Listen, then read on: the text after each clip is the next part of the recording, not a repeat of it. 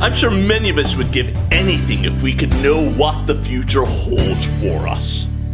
But before you get your wheels spinning into that direction, let me suggest that knowing the future might not be all that it's cracked up to be. Once a young man was anxious to know what his future held for him. So he went to the fair to one of those gypsies, fortune tellers, so she could predict his future. He paid the $10 and she went in. She studied his hand and said, "You will be poor and unhappy until you're 37 years old." Discouraged and dejected, he cast his head down and he suddenly perked up. He said, "Wait a sec, you said until. I will be poor and unhappy until I'm 37. Well, what then? Will I be rich and happy?" She studied his hand once again and said, "Nah, you'll just get used to it." It was Augustine who said, "God will not suffer man to have knowledge of things to come. For if he had an awareness of his prosperity, he'd be careless. And if he had understanding of his adversity, he would be despairing and senseless." In other words, the kindness and the goodness of God is seen in the fact that he veils the future from our eyes. James here is sharing with his readers that while they can't predict the future, they must learn how to face the future. They must not plan their lives without talking to God or bringing God into consideration or presume about the future that they can't control. They must not convince themselves that they are sufficient to live their own lives by their own wisdom and strength. And James shares with us 3 mistakes that these early Christians were making. Mistakes that we too often make as modern Christians. And these instructions given to this generation are applicable to us as well. But before we get into it, I need to remind you that James here is not talking to unbelieving pagans. Rather, he's writing to Christian people. And some of the information we'll read sounds almost like they didn't know God. But they did know him and they knew Christ. These people James describes are followers of our Lord. Yet, they've taken on a demeanor that we too often can assume if we're not vigilant. They made 3 mistakes. First of all, there was a problem with their planning. And what we're about to read is an expose of practical atheism. Atheism, as you know, is not believing in the existence of God. Well, they knew God and that he existed, but they were living like he didn't. And while we might be critical of someone who does that, let's not be too quick to judge, because we might discover that we do it as well. James begins in verse 13 saying, "Come now." That means listen up, okay? "Come now, you who say, today or tomorrow we will go to such and such a city and spend a year there and engage in business and make a profit." Here we see a man who is planning out his life and omitting God from his plans. In essence, they have failed to pray, to consult the Maker. This is a form of worldliness. We see here all the things that we can do without God. We can create plans without God. Today or tomorrow we will go. We can choose places without God. We will go to such and such a city. We can calculate periods without God. Spend a year there. We can consider purposes without God and engage in business. We can compute profit without God and make a profit. So the picture here is of a businessman. He's planning a business trip. He has his calendar out in front of him. He has a map in front of him. He has a calculator. He has his business plan, and it's sound and it's solid. But he doesn't have the Word of God in front of him. He doesn't have his prayer journal out. And Jesus tells us in John 15:5, "Apart from me, you can do nothing." Now that's not to say that we're incapable of accomplishments. Many ungodly people have had great success. Rather, what Jesus is saying is separated from him, we can do nothing that has eternal significance, eternal worth, or is eternally lasting. Jesus was into planning. Don't you remember what he said? He said, for which one of you, when he wants to build a tower, does not first sit down and calculate the cost to see if he has enough to complete it? It's a good thing to plan. He gave us a plan of evangelism there in Acts 1:8 that we've been following ever since. So these Christians James is writing to, they had high aspirations, and that's good, but they weren't high enough. See, they were willing to settle for temporal profits, but they were not looking for eternal gains. These Christians, and us as well at times, should have been thinking about eternity and consulting God. Their problem was not with their planning, but with excluding God from the planning process. How about you? Do you consult God in your planning? Or is it often an afterthought? Oh yeah, by the way, God, this is what I planned. Would you bless it? Do you consult him about that job, about the move, about that purchase? How about your vacation? Or do you find yourself pleading for God to provide because you've gotten over your head in payments and you don't know how you're going to make ends meet? Do you find yourself after that move without a church, without fellowship, because you failed to include God in the process and see if there was a church anywhere nearby? Or do you find yourself at the end of the week not having anything to give in the offering because you didn't save anything? You didn't include God in your plans of spending. We all know it is wrong to do things without God. And we all know it's wrong to plan things without God. And if it was challenging to James' day for these early Christians to consider God in the planning of their lives, how much more for us today? Because you know what? We live in the day of speed. Not the drug, but speed. We have fast food. We no longer order individual items. We just say, give me a number 1. Give me a number 4. We have ATMs that give us the money quickly. Downloadable music. Email. Have you ever had anybody upset because they emailed you in the morning and you haven't replied by afternoon? You know, there were days when it took a whole week for a letter to get to a person.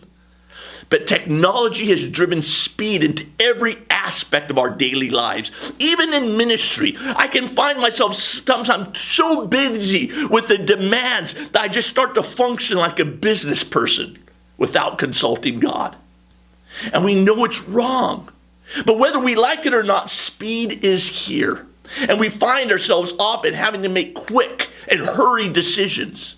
How many of you know that when the decision has to be made, you don't always have the time to go to your prayer closet to consult God?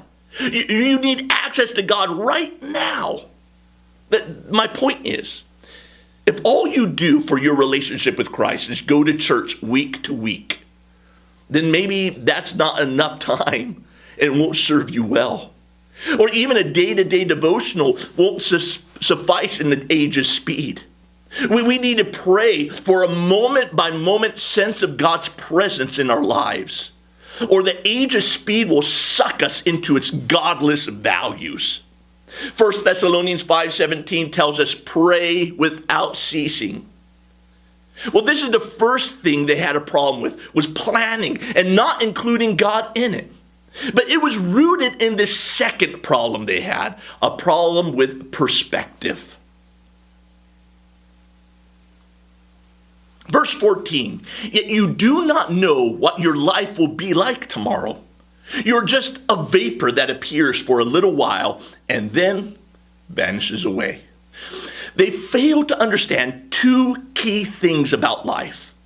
They failed to comprehend the uncertainty of life. They didn't know what they needed to know to make such bold decisions.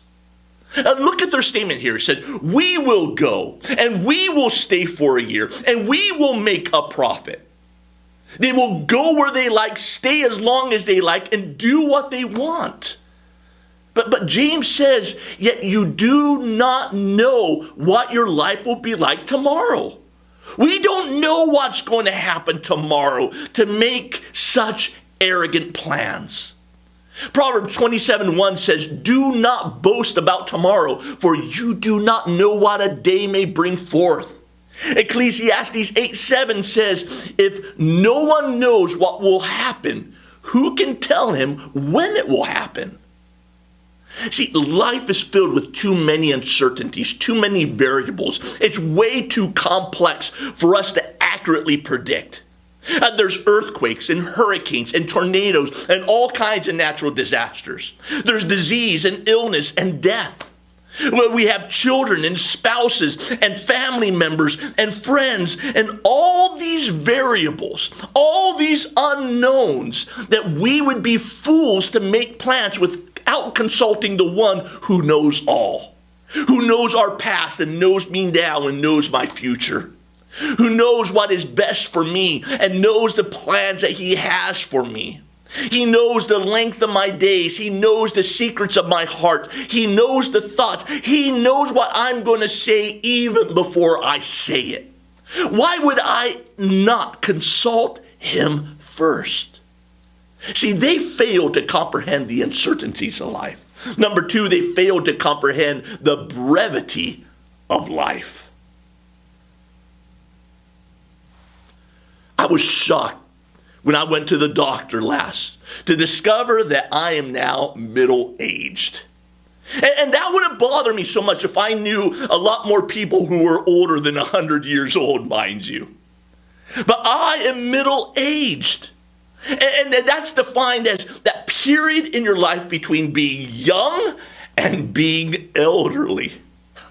Well, others define it as follows. They say, youth is when you're allowed to stay up late on New Year's Eve. Middle-aged is when you're forced to. You know what? When I was young, a boy in elementary school, kindergarten, it seemed like it took forever for the day to go by. I remember sitting in class and staring at that clock and just watching the seconds tick, and every second seemed to last an hour. But now time goes more quick. The weeks go by more quick. Months go by more quickly. Decades go by more quickly. And they would lay you down for a nap. And I'd feel like it lasted forever.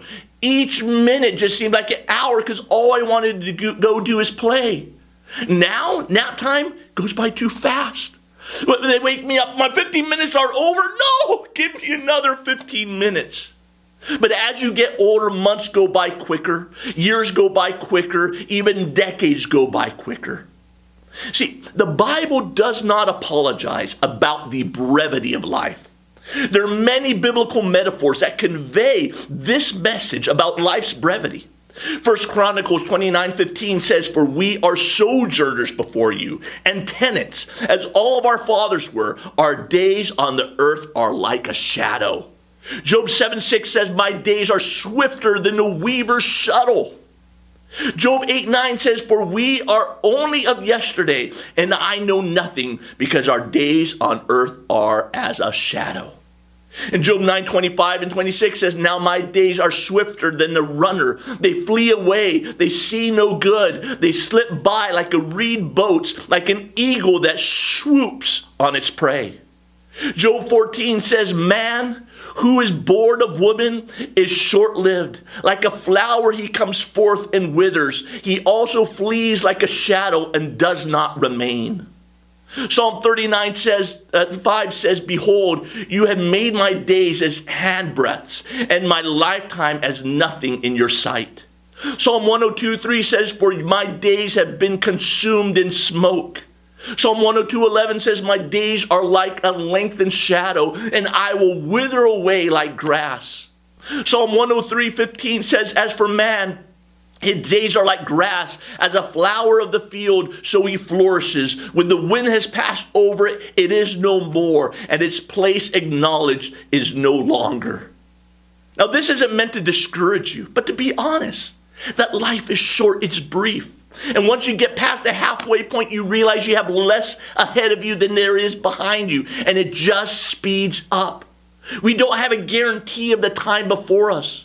So we say we will do this and that, and we don't include God in our plans. And James tells us that that's foolish.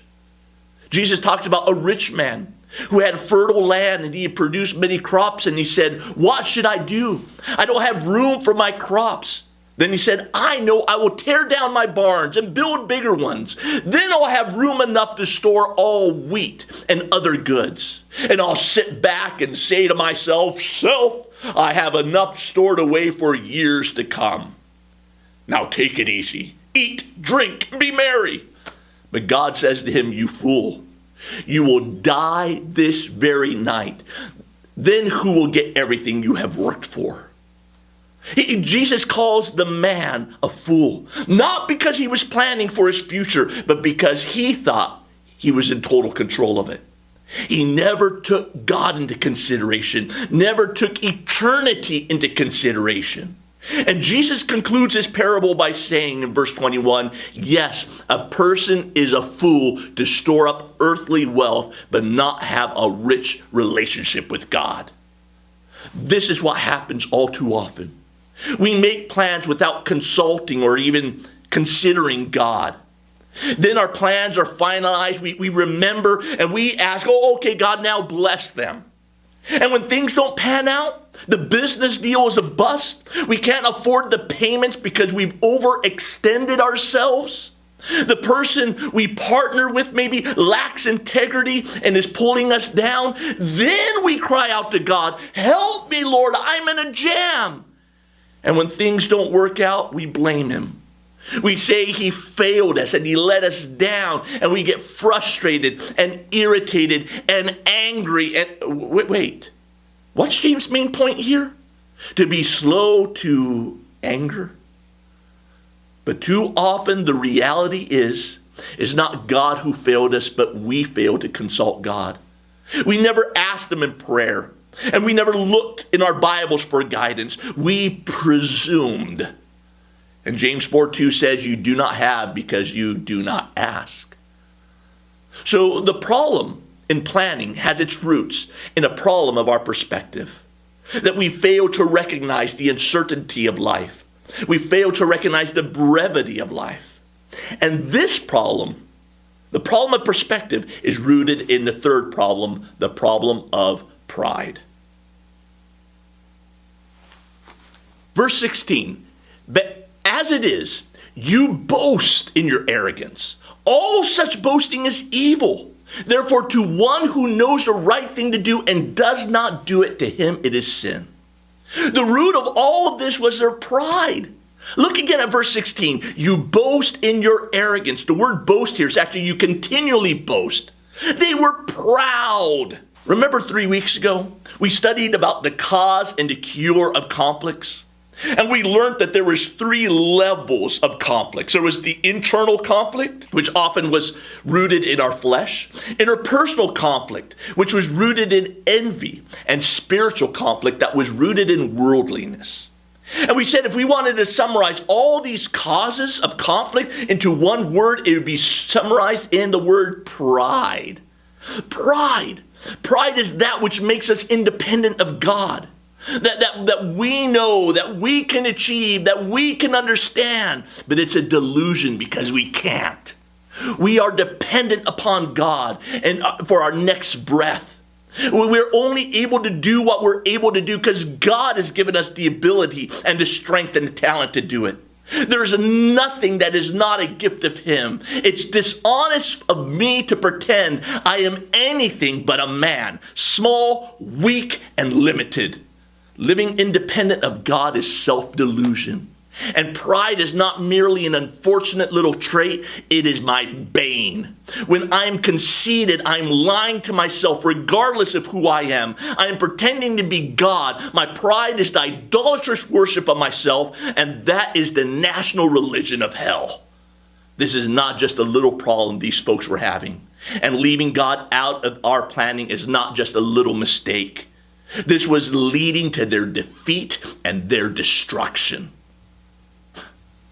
Wow, so what do we do? Well, James gives us a solution, a simple solution. Verse 15. Instead. Now that's the key word here. So say it with me. Instead. Come on. I don't care if we're talking to a TV screen. Let's say it together, okay? Instead. Verse 15. Instead. Hey, that's the key word here. Say it with me, okay? Instead. Come on. Hey, I don't care if we're talking to a TV screen. Let's say it together. Instead. James says, here's all this stuff. This is what they do. You can fall into that pattern, but instead, here's a better way. Instead, you ought to say, if the Lord wills, we will live and also do this or that. If you've ever looked at some old letters that were written back by people 100 years ago, you'll see always the initials DV at the bottom. It stands for Deo Volente, which means if the Lord wills or God willing. So next time someone invites you over for dinner, say, Deo Volente. James' alternative to our presumptuousness is found here, deferring to the will of God. And that is set before us. In many narratives of the Bible, we see human plans are made, but they're always leveraged against the will of God. Paul told the Ephesians that he would return to renew ministry among them if God wills. To the Corinthians, he said he planned another visit with them if the Lord willed. And that he would remain with them a considerable time if the Lord permitted. A similar thought is communicated when Paul said he hoped in the Lord to go to Philippi. The writer of Hebrews expressed the goal of reaching spiritual maturity with his readers if God permitted. And this is how they lived every day. God was factored into their planning, into their decisions. They lived humbly, not in the strength of their own initiative, but in the strength of the God who wanted to take them places where they would have never gone on their own if left to their own wisdom and judgments. A story is told about a man who was riding his motorcycle along a country road, and he came to a churchyard. A preacher was out there tending the grass, and a man pulled over to get a drink of water. The preacher asked the man where he was going, and the rider said, well, I'm going over to such and such a city to sell my motorcycle. Well, the preacher just read this passage from James, and he thought he would correct the man. He said, son, you ought to say, I'm going into town to sell my motorcycle if the Lord wills. This cracked this rebel up, and he laughed. The Lord has nothing to do with it. You preachers are all crazy. He jumped back onto his motorcycle, peeled out, and went down the road. Well, late that afternoon, the preacher was sitting on his porch drinking some tea when he looked down the road and he saw a man stumbling, staggering from one side to another, coming toward the church. As he stood up and he looked closer, he recognized it was the friend that he had talked to that morning. The knees of his pants were torn open. His flesh was exposed and was bleeding. His arm was in a sling. His shirt was ripped. His face was black and blue. The preacher said, son, what happened to you? And he said, oh, preacher, when I left you, I was going into town and a big storm hit.